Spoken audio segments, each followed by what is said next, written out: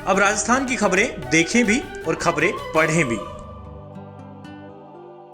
क्षेत्र के अंदर 7 किसानों ने आत्महत्या की, लेकिन कोई भी कांग्रेसी नेता आके उस किसान की सुध लेने वाला नहीं है। झूठ के सिवाय कुछ नहीं है। मुख्यमंत्री जी की वहाँ जयपुर में जूट की फैक्ट्री लगी हुई है, तो वहाँ प्रोडक्शन जो होता है वहाँ जूट पैदा होता है। ये लगता है कि हम सारे एक हैं, लेकिन आप तस्वीरों नहीं तस्वीरों में नहीं, आप अलग अलग उसको बनाने की कोशिश करते हैं। हमेशा आप देखते हैं कांग्रेस की हवा हमारे तरफ लाने की कोशिश नहीं करें। देखिए, जब आप कह रहे हैं बीजेपी का प्रचार कर रहे हैं तो बीजेपी का प्रचार कर रहे तो दोनों ही निकम्मे हो, जो वर्तमान मुख्यमंत्री और जो बनने वाले मुख्यमंत्री। मैं शुद्ध और स्पष्ट भाषा में कहना, बनने वाले कौन? दोनों ही भैया। कांग्रेस में पिछले 4 साल तक कोई काम नहीं हुआ है। में गहलोत सरकार के 4 साल पूरे होने के उपलक्ष्य में बीजेपी जिस तरीके से जन आक्रोश रैली निकाल रही है, पूरे दिसंबर महीने में 200 विधानसभाओं में बीजेपी के कार्यकर्ता जाएंगे और जनता के बीच में बताएंगे कि इन 4 सालों में किस तरीके से कांग्रेस का राज रहा।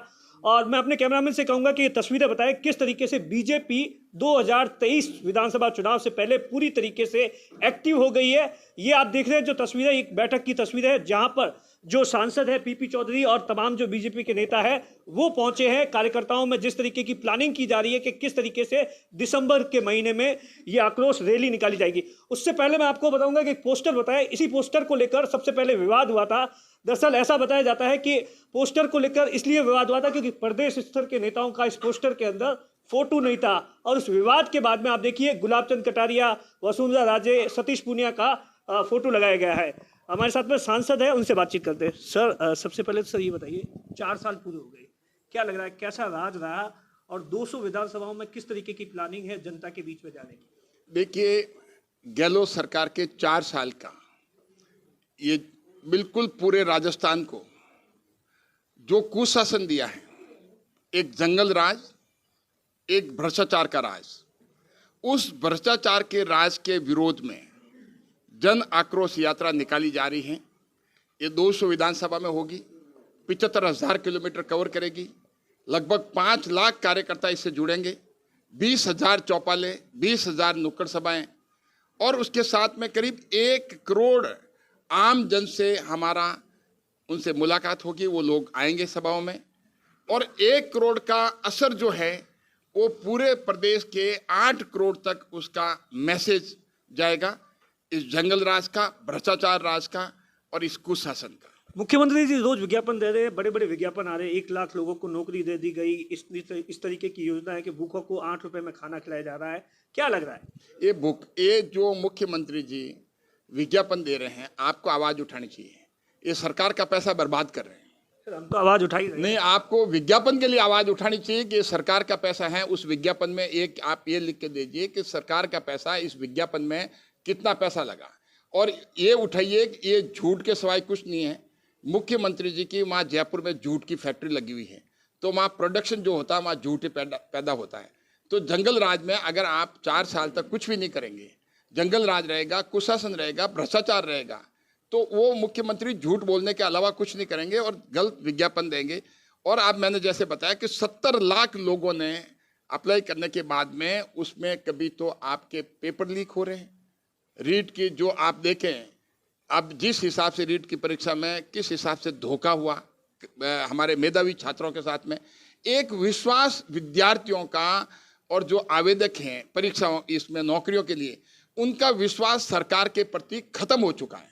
उनको ये लगता है कि ये सरकार में यहाँ ईमानदारी से नौकरी लेना बहुत मुश्किल का काम है। पढ़ने के बाद में भी उनको भरोसा नहीं, क्योंकि उसमें भी पैसे चलते हैं। तो इसीलिए ये यात्रा बहुत ज़रूरी होगी, क्योंकि भारतीय जनता पार्टी का दायित्व बनता है।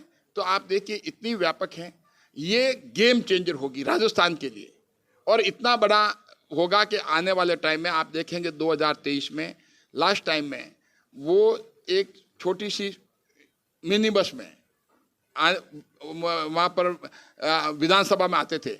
अब की बार तो लोग कह रहे हैं, कोई कह रहे हैं फॉर्च्यूनर में भर के आएंगे, कोई कहेंगे कि इनोवा में भर के आएंगे। आप भी हंस रहे हैं, आप भी इस बात की स्वीकृति दे रहे हैं, मुझे लग रहा है। नहीं, ऐसा कुछ भी नहीं, मैं आपकी बात पे हंस रहा हूं, आप जिस तरीके से।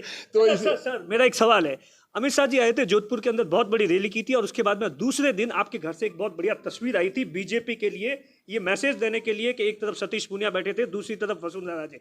लेकिन सर, लगता है मनमुटाव कुछ समझ नहीं रहा है मतलब दोनों के बीच में। वसुंधरा राजे देखिए ना, सरदार से उपचुनाव में प्रचार के लिए नहीं जा रही है। देखिए, मेरे घर पे आए और उनका साथ बैठना ही ये लगता है कि हम सारे एक हैं, लेकिन आप तस्वीरों में नहीं, तस्वीरों में नहीं, आप अलग अलग उसको बनाने की कोशिश करते हैं। लेकिन सब भारतीय जनता पार्टी की आइडियोलॉजी जो है, एक भारतीय जनता पार्टी बहुत ही